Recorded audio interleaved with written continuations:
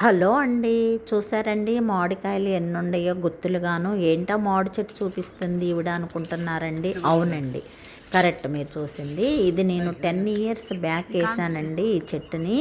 ఎక్కడ అనుకున్నారు? తమిళనాడులో మాకు ఆర్ఫనేజ్ హాస్టల్ ఉండేదండి, లేడీ గర్ల్స్ హాస్టల్. అందులో అది నడుపుతున్నాను కదా నేను. అక్కడ 10 ఇయర్స్ బ్యాక్ పిల్లలు తిన్నాక వేసిన టెంకిలికి చాలా మొక్కలు వచ్చాయండి. ఆ మొక్కలన్నీ పీకేయంగా ఒక చెట్టు వదిలేశాను.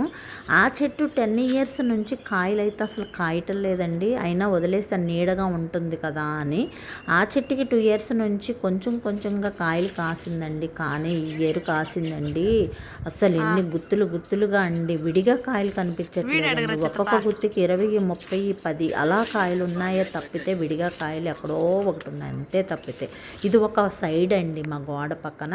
గోడ అవతలి చాలా కాయలు ఉంటే కోసుకెళ్ళిపోయారండి చాలామంది. ఇవి కొంచెం కాయలే అండి. అసలు స్టార్టింగ్లో చాలా ఉన్నాయి. మాకు పెద్ద అయ్యాక కోద్దాము కదా, చూపిద్దాము వీడియో అనుకున్నాను, తీద్దాం వీడియో అనుకున్నాను. కానీ కోసేసారండి చాలా వరకు. పెద్ద కాయలు అయిపోయిన తర్వాత హాలిడేస్ కదా, ఎవరు ఉండము, వాచ్మెన్ వాళ్ళ వరకే ఉంటారు. ఎవరు కోసుకెళ్ళిపోయారండి. ఇంతవరకే ఉన్నాయండి. చూసారా ఎలాగున్నాయో.